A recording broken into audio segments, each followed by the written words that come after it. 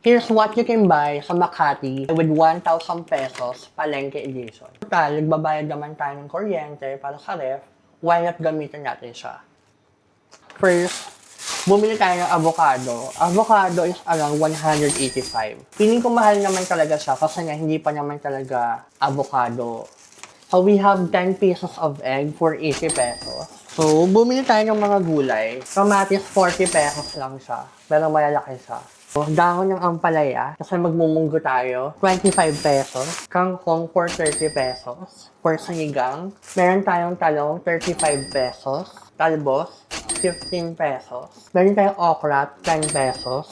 Sayote, 38 pesos. Repolyo, 69 pesos. Bumili din tayo ng mga karne, chicken legs, pero pinakat na natin siya kasi hanggang ngayon wala pa rin tayo chopping board. 228 pesos. Pork liempo, pero na-adobo cut na din siya, 180 pesos. So, for a total of almost 1,000 kasi bumili kami ng yung brush, panglinis sa CR, 70 pesos. So, ayun lang naman, and naghanap talaga kami ng palengke para naman magamit natin tong ref. Diba? So, why not gamitin natin siya?